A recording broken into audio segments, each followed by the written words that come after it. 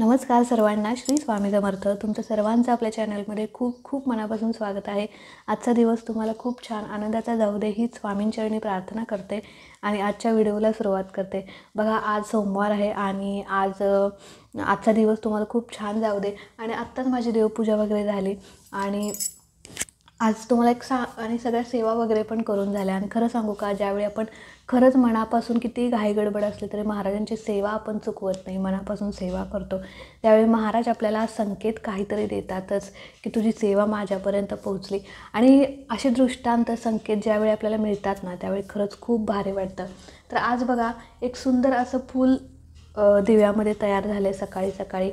कदाचित ते तुम्हाला दिसत असेल, मला माहीत नाही, पण खूप सुंदर असं छोटंसं फूल तयार झालेलं आहे आणि भारी वाटलं, म्हणजे मन प्रसन्न झालं. तर चला म्हटलं, आज थोड्याशा गप्पा तुमच्यासोबत मारू. रोज आपण प्रत्येक समस्येवरती सेवा बघत असतो, त्याचे नियम अटी बघत असतो, ती सेवा कशी करायची हे बघत असतो. पण आज थोडीशी वेगळी माहिती किंवा थोड्याशा वेगळ्या गप्पा मी तुमच्यासोबत मारणार आहे. बघा, लवकरच 2025 चालू होतं आहे आणि प्रत्येकाला वाटतं की 2025 किंवा येणारं नवीन वर्ष माझ्या आयुष्यात सुख समृद्धी घेऊन येऊ दे, भरभराट घेऊन येऊ दे, सुखी मला हे सगळं नवीन वर्ष जे आहे ते सुखी जाऊ दे, समाधानाचं जाऊ दे. बघा, पैसा, प्रॉपर्टी, सगळं काही आहे ना, ते सगळं आपण आहे तोपर्यंत आपण मिळवतच राहतो आणि आपल्याला कितीही आलं तरी पैसा, प्रॉपर्टी हे कमीच पडत असतं. आपण प्रत्येकजण त्याच्या मागे लागलेलंच असतो. पण मनाचं सुख, मनाची शांतता, मनाचं समाधान हे कधीही पैशाने विकत घेता येत नाही. ते फक्त महाराजांच्या सेवेनेच साध्य होतं आणि महाराजांच्या सेवेनेच आपल्याला मिळत असतं. हे शाश्वत सत्य आहे म्हणून मी. आणि तुम्हाला जर वाटत असेल ना की येणारं नवीन वर्ष मला खूप छान जाऊ दे, आनंदी जाऊ दे, तर महाराजांना तुम्ही या नवीन वर्षात एक सुंदर असा नवस बोलायचा आहे. आता इच्छापूर्ती करणारा नवस म्हणजे काय, बघा महाराज ज्यावेळी अक्कलकोटमध्ये होते ना, सगुण रूपामध्ये, त्यावेळी महाराजांचे अनेक भक्त, म्हणजे आपण आता TV सिरियलमध्ये बघतो, महाराजांच्या लीला आहेत स्वामीचरित्र सारामृतामध्ये, त्यामध्ये वर्णन केलेलं आहे की महाराजांचे अनेक भक्त महाराजांना नवस बोलायचे. महाराज, माझा हा रोग बरा होऊ दे, मी तुम्हाला हे अर्पण करेन. महाराज, माझी ही इच्छा पूर्ण होऊ दे, मी तुम्हाला ते अर्पण करेन. म्हणजे प्रत्येक भक्त प्रत्येकाच्या कुवतीप्रमाणे महाराजांना काहीतरी अर्पण करायचा, नवस बोलायचा आणि नवस पूर्ण झाल्यानंतर ते त्यांना अर्पण पण करायचा. कोणी चांदीचा मुकुट अर्पण करायचं, कोणी सोन्याचा मुकुट, कोणी सोन्याची चेन किंवा कोणी शॉल अर्पण करायचं, कोणी नारळ अर्पण करायचं. मी एवढे माझं पूर्ण होऊ दे, मी 11 नारळ अर्पण करेन. असं प्रत्येकजण प्रत्येकाच्या कुवतीपणे अर्पण करायचं. पण मला एक वाटतं, बघा, मी महाराजांच्या समोर बसून बोलते, महाराजांना हे अर्पण करणं योग्य आहे का? बघा, आपले महाराज अख्ख्या ब्रह्मांडाचे नायक आहेत. अख्खं ब्रह्मांड त्यांच्या बोटावरती फिरवतात आणि आपले महाराज हे जगाचे चालक, पालक, मालक आहेत. आणि या जगाच्या मालकाला आपण काय देणार हो? तर आपण काहीच देऊ शकत नाही त्यांना. पण असं प्रत्येकाला वाटतं ना, नाही बाबा, मी जे काही मिळवतो आहे ना, त्यातलं मी माझ्यातलं थोडंसं प्रेमाने आपल्याला वाटत असतं की मी महाराजांना यातलं काहीतरी करणार आहे. माझ्या पैशातलं, जे काही मी कष्टाने मिळवलं आहे त्यातलं मी थोडं महाराजांसाठी अर्पण करणार आहे. तुम्ही नक्की करा, तुमच्या कुवतीप्रमाणे अन्नदान करा. पण महाराजांना अर्पण करणं, महाराजांना तुम्ही तुमची सेवा अर्पण करा.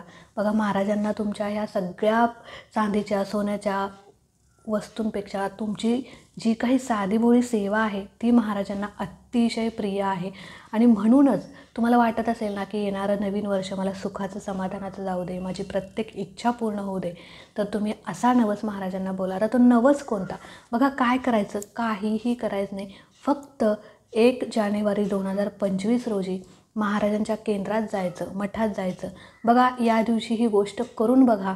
येणारा प्रत्येक दिवस तुमचा असेल. आणि महाराजांना तिथं जायचं, महाराजांच्या समोर नारळ, खडीसाखर, एक फूल न्यायचं, तिथे बसायचं, अर्पण करायचं.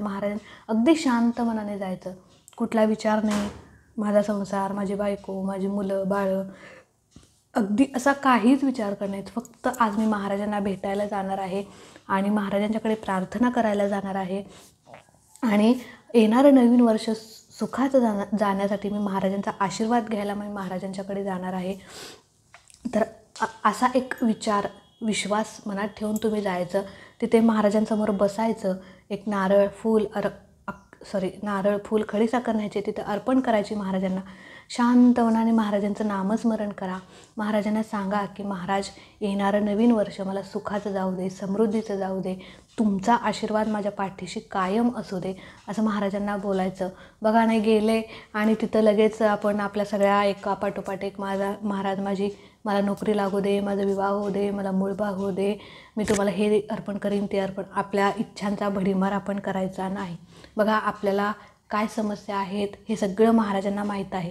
ते आपण बोलून दाखवण्याची गरज नसते आणि त्या इच्छा कधी पूर्ण करायच्या हे देखील महाराजांना माहीत आहे. त्यामुळे फक्त महाराजांना एक नवस बोलायचा की महाराज, आज मी तुमच्याकडे एक नवस बोलतो किंवा एक प्रार्थना करतो की मी तुमची जेवढी जास्तीत जास्त होईल तेवढी सेवा करण्याचा प्रयत्न करेन. मग तुम्ही असं बोलायचं की महाराज, मी तुमचे 108 पारायण करेन, मी तुमचे 11 गुरुवार करेन आणि ह्या सगळ्या सेवा ज्या आहेत त्या माझ्याकडून करवून घ्या. तुमच्या सेवेत मला अखंड राहायचं आहे, तुमचा आशीर्वाद मला पाठीशी हवा आहे, तुमच्या चरणांशी मला कायम राहायचं आहे, असं महाराजांना तुम्ही बोलायचं आहे. बघा हे एवढं सगळं बोलून बघा महाराजांना, तुमच्या मनात एक पॉझिटिव्हिटी निर्माण होईल, अगदी छान मन हलकं होईल आणि आपल्या जवळच्या व्यक्तीशी आपण बोललो आहे असं तुम्हाला वाटेल. अगदी असं म्हणजे प्रत्येक कार्य करायला किंवा एखादं नवीन कार्य करायला तुम्हाला म्हणजे उभारी येईल किंवा जो काही ढळलेला आत्मविश्वास आहे सगळं काही ना ते असं पुन्हा नव्याने निर्माण होईल. फक्त केंद्रात जा आणि हे सगळं महाराजांसमोर मन मोकळेपणाने बोला. बघा महाराजांना सांगा, महाराज या येणाऱ्या वर्षात मी तुमचे 108 पारायण करणार आहे, या येणाऱ्या वर्षात मी तुमचे 11 गुरुवार करणार आहे, मी 108 तुमच्या आरत्याला रोज हजर राहीन किंवा जी माझ्याकडून मी रोज नित्यसेवा तुमची करणार आहे, तुमच्या तारक मंत्राचं अनुष्ठान मी रोज करणार आहे, मी तुमचे औदुंबरच्या प्रदक्षिणा मी रोज घालणार आहे, माझ्याकडून जी सेवा मी जमेल ना ती मी तुमची सेवा करणार आहे आणि ती सेवा तुम्ही माझ्याकडून करवून घ्या आणि तुमचा आशीर्वाद माझ्या पाठीशी असू दे, असं तुम्ही महाराजांना सांगा. बघा आणि चांदीचा मुकुट, सोन्याची चेन, चांदीचा पेला, नारळ हे सगळं अर्पण करण्यापेक्षा ना तुमची सेवा तुम्ही महाराजांना अर्पण करा आणि हा एक नवस तुम्ही महाराजांना बोलून बघा की महाराज, जास्तीत जास्त होईल तेवढा मी तुमची सेवा करणार आहे आणि हा नवस मी आज तुमच्या पुढे बोलतोय आणि किंवा बोलते आणि असा नवस जर तुम्ही कराल ना तर हाच नवस महाराजांना अतिशय प्रिय आहे, खरंच सांगते. आणि ज्यावेळी तुम्ही मनापासून एखादा निर्धार कराल ना त्यावेळी तो निर्धार किंवा तो नवस पूर्ण करून घेण्याची जबाबदारी ही महाराजांची असते, हे लक्षात घ्या. म्हणून कितीही काय झालं तरी, संकट आलं तरी मी डगमगणार नाही, तुमची सेवा पूर्ण करणार. कितीही माझ्या आयुष्यात संकट येऊ दे, फक्त तुमची साथ मला हवी आहे आणि एवढंच महाराजांना सांगा आणि तिथून या. बघा चांगल्या लोकांची देव खूप परीक्षा घेतो, त्याच्या आयुष्यात खूप संकट आणतो, दुःख आणतो, पण त्यांची साथ कधी सोडत नाही, लक्षात घ्या. वाईट लोकांना देव भरभरून देतो, त्याच्या आयुष्यात खूप सुख असतं, समाधान, प्रॉपर्टी सगळं असतं, पण देव त्यांच्यासोबत कधीही नसतो. म्हणून भलेही आपल्याला वाईट दिवस आले तरी चालतील, पण देव आपल्यासोबत पाहिजे, आपले गुरु आपल्यासोबत पाहिजेत, त्यांचा आशीर्वाद आपल्या पाठीशी असलाच पाहिजे. मग कितीही मोठं संकट आलं ना तरी त्यात तरुण जाण्याची ताकद आपल्यात असते आणि ती ताकद आपल्याला फक्त आपल्या देवापासून, गुरूंपासून मिळत असते, हे लक्षात घ्या. म्हणून फक्त 1 जानेवारीच्या दिवशी महाराजांना तुम्ही एक नवस बोला की महाराज, मी फक्त तुमच्या सेवेत राहीन, तुमची सेवा जी आहे ती मला जास्तीत जास्त करायची आहे, तुमच्या सेवेत मला अखंड राहायचं आहे आणि सगळ्यात महत्त्वाचं मला पैसा नको, प्रॉपर्टी नको, ते मी माझ्या कष्टाने मिळवेन, पण ते कष्ट करण्याची ताकद मला द्या, तुमचा आशीर्वाद मला द्या, एवढाच नवस तुम्ही बोला. बघा तुमच्या आयुष्यातलं कितीही मोठं संकट असो, कितीही तुमची कठीण इच्छा असो, महाराज नक्कीच पूर्ण करतील. आणि जो काही तुम्ही नवस बोललेला आहे ना, तुमच्या यथाभक्तीने तुम्ही जर 108 पारायण करणार बोलला, तुम्ही 11 गुरुवार करणार बोलला, तुम्ही तारक मंत्राचं अनुष्ठान करणार बोलला किंवा तुमची रोजची नित्यसेवा करणार आहे मी बोलला, जे पण तुम्ही बोलला ना ते नक्की करा आणि ते करून घेण्याची जबाबदारी खरंच महाराज स्वतःवर घेतात. ज्या अर्थी तुम्ही तिथे गेलाय ना त्या अर्थी ती महाराजांचीच इच्छा असते.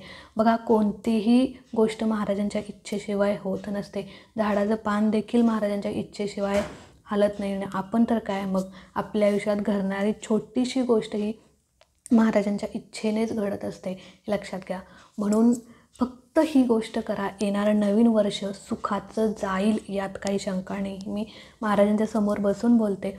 फक्त महाराजांना सांगा तुमची सोबत मला पाहिजे आणि तुमची जास्तीत जास्त मला सेवा करायची आहे आणि तुमचा आशीर्वाद मला पाहिजे. एवढंच महाराजांना हा नवस बोला. बघा, नवस पूर्णसुद्धा होईल, सेवा पूर्णसुद्धा होईल. तुमची जी काही इच्छा आहे, अपेक्षा आहे, अपेक्षेपेक्षा जास्त तुम्हाला मिळेल, ही माझ्या अनुभवावरून मी सांगते. महाराजांना दागदागिने, पैसा अर्पण करण्यापेक्षा महाराजांना सेवा अर्पण करा. याच्यासारखं मोठं सुख नाही आहे, लक्षात घ्या.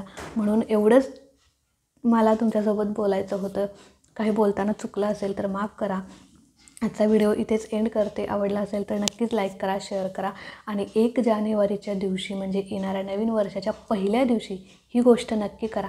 भले तुम्हाला काम आहे, वेळ नाही आहे, जॉब आहे, वर्षाचा पहिला दिवस आहे, पण वेळात वेळ काढून महाराजांच्या केंद्रात, मठात नक्की जा. खरंच खूप भारी वाटेल, नक्की जा.